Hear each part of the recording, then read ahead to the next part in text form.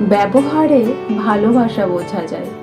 ভালোবাসা বোঝা যায় ভাষার চয়নে, রাগের মাথাতেও পারস্পরিক সম্মান বজায় রাখায়।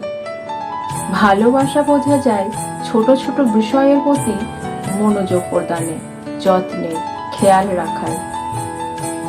ভালোবাসা বোঝা যায় জড়িয়ে ধরার ধরনে, দেখা হলে চোখের ভিতর আনন্দের তীর তীরে নদী বয়ে যাওয়া, জল ঝড় বিপদে পাশে থেকে যাওয়ায়, সকালবেলা ঘুম থেকে উঠে আধ গলা চোখে ফোন হাতে ঘুম জড়ানো গলায় গুড মর্নিং।